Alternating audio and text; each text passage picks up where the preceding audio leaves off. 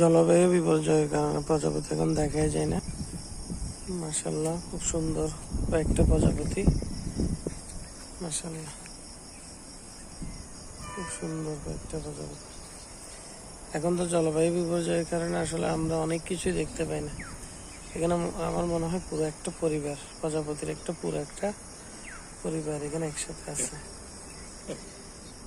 আগে কিন্তু এরকম অহরহ দেখা যেত, মানে অনেকগুলো প্রজাপতি একসাথে উঠতেছে, একসাথে খেলা করতেছে।